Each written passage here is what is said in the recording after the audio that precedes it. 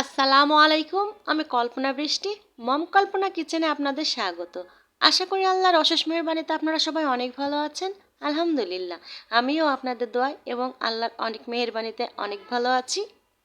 দেখতে পাচ্ছেন আজকের রেসিপিটা কিন্তু দারুণ হতে যাচ্ছে।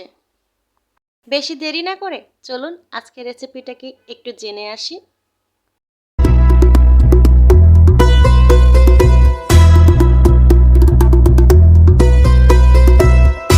এই যে দেখুন, আমি অফ সিজনে কি রেসিপি নিয়ে এসেছি। হ্যাঁ বন্ধুরা, আজকের রেসিপিটা হচ্ছে তালের পিঠা। এইটাকে আমরা তালের পিঠা বা তালের বড়া বলেই জেনে থাকি।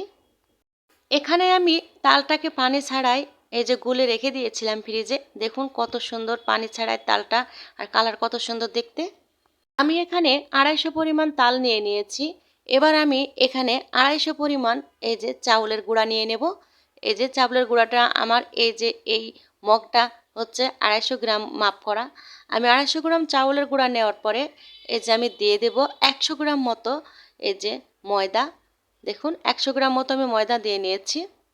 শুধু চাউলের গুঁড়া দিয়ে বড়া ভাজলে একটু শক্ত শক্ত হয়ে যায়, তাই একটু ময়দা দিলে সফট হয়ে আসবে তালের বড়াটা। এ পর্যায়ে এসে আমি 1.5 চামচ মতো এই যে গুঁড়ো দুধ দিয়ে দিয়েছি। গুঁড়ো দুধ দিলে টেস্টটা অনেক ভালো লাগে। এর সাথে একটু ঘি ব্যবহার করলে আরও মজা হতো।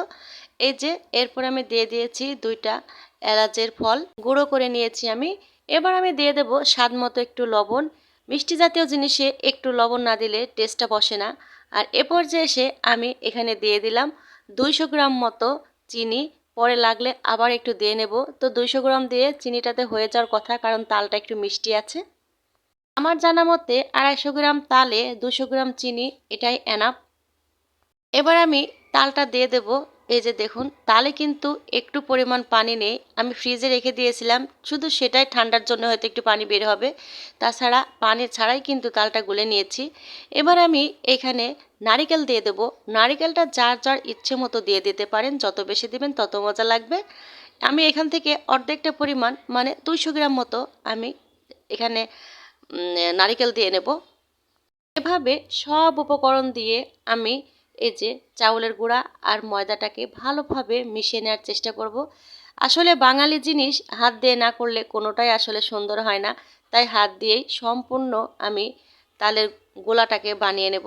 এই যে দেখুন কিভাবে আমি মাখিয়ে মাখিয়ে বানাচ্ছি। দেখুন, তালের গোলাও যত সুন্দরভাবে মাখানো যাবে তত সুন্দরভাবে ভেতরটা ফুলে ফ্লাপি হবে।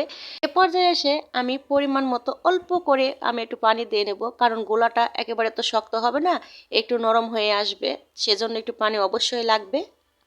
একটু অল্প করে পানি দিয়ে নিতে হবে আর সুন্দরভাবে সফট করে একেবারে ভালোভাবে মাখিয়ে নিতে হবে। এই যে দেখুন ডোটা আমি কি পরিমাণ নরম করেছি। দেখুন, এই যে এটা দেখলে বুঝতে পারবেন যে আমার ডোটা কি পরিমাণ নরম হয়েছে। দেখুন, কোনো দানা নেই, কোনো কিছু ভেতরে এক্সট্রা কোনো দানা নেই। দেখছেন, এভাবেই কিন্তু আমার তালের গোলাটা বানিয়ে নিতে হবে। এবার আমি আধা ঘন্টা মতো রেখে দেব। চাউলের গুঁড়াটা ফুলে কিন্তু অনেকটা হয়ে যাবে। সবসময় আধা ঘন্টা রেস্টে অবশ্যই রাখতে হবে চালের গুঁড়াটাকে একটু নরম হওয়ার জন্য, তাহলে পিঠাটা ভিতরে অনেকটা ফ্লাফি হবে এবং ফুলতে সাহায্য করবে। এবার আমি পর্যাপ্ত পরিমাণ তেল দিতে না পারলেও পরিমাণ মতো আমি এখানে তেল দিয়ে নিয়েছি। একটা বড় কড়াই নিয়ে নিয়েছি, এখানে ছড়ানো কড়াই লাগবে। এই যে তেলটা দেওয়ার পরে আমি এই যে অল্প একটু দিয়ে দিয়েছি যে তেলটা হয়েছে কিনা। তো আমার জানা মতে তেলটা অলরেডি হয়ে এসেছে। দেখুন, যখনই পিঠাটা দিয়ে দেবেন একটু মানে পরেই কিন্তু ফুলে উঠবে, তখনই বুঝতে পারবো যে তেলটা হয়ে গিয়েছে। এ পর্যায়ে আমি একে একে এই যে তালের পিঠাটা দিয়ে দেব।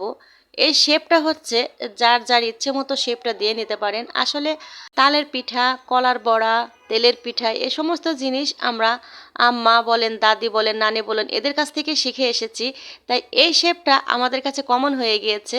তাই আমি প্রথম দিন আজকে এই শেপটাই আমি আপনাদের কাছে দেখানোর চেষ্টা করলাম। আগে দেখতাম আম্মা বলেন, দাদি বলেন, নানি বলেন তালের গোলাটা যখন গুলতো তারা কিন্তু একটু পানি দিয়ে অনেকক্ষণ সময় নিয়ে কিন্তু তালের গোলাটা গুলে একটা পরিষ্কার কাপড় দিয়ে ঝুলিয়ে রাখতো অনেকক্ষণ ধরে ভেতরে পানিটা বের হওয়ার জন্য। কিন্তু এখন দেখুন অনেকটাই কিন্তু আমরা অ্যাডভান্স হয়ে গিয়েছি। তালের গোলাটা গুললে আমরা একটু পানি ছাড়াই কিন্তু গোলানোর চেষ্টা করি, কিন্তু অনেক সুন্দর হয়। তালের গোলা গোলার মধ্যে কিন্তু তেতো ভাবটা কেটে যায়। যত পানি দিবেন তালের গোলাটা তত কিন্তু তেতো ভাবটা হয়ে আসবে। আর পানি যতক্ষণ না দেবেন, না দিয়ে যদি গোলাটা গোলা যায় তাহলে কখনোই তালের বড়া একটুও কিন্তু তেতো ভাবটা আসবে না। তো বড়াগুলো দেওয়ার পরে আমি কিন্তু আস্তে আস্তে ভাজতে ভাজতে অনেক দূর চলে এসেছি। আপনাদের সাথে কথা বলতে বলতেই আমি কিন্তু অনেক দূর এগিয়ে এসেছি।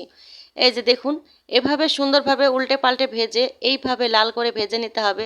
তালের তালের কিন্তু একটা নিজস্ব এমনিতেই কালার আছে, তারপরে বড়াটা যখন ভেজে উঠবেন দেখবেন তার কালারটা কি দারুণ যে হয়েও আসে।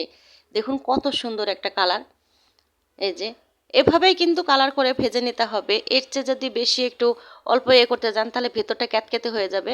ঠিক এই পরিমাণ যদি ভেজে আপনি এই কালারটা নিয়ে আসেন তাহলে ভেতরটা সুন্দর একেবারে ফ্লাফি হয়ে ওপরটা একটু শক্ত হয়ে যাবে, মোচমোচে ভাব হবে। এভাবেই কিন্তু আপনারা তালের বড়াটা ভাজার চেষ্টা করবেন। দেখুন পরের ব্যাচও কিন্তু আমি ভেজে নিয়েছি, নেটে সম্পূর্ণ দেখায়নি, ভিডিওটা বড় হয়ে যাবে দেখে আমি অল্প করে দেখিয়ে নিয়েছি। এই যে আমি সবগুলো বড়া বানিয়ে চলে এসেছি।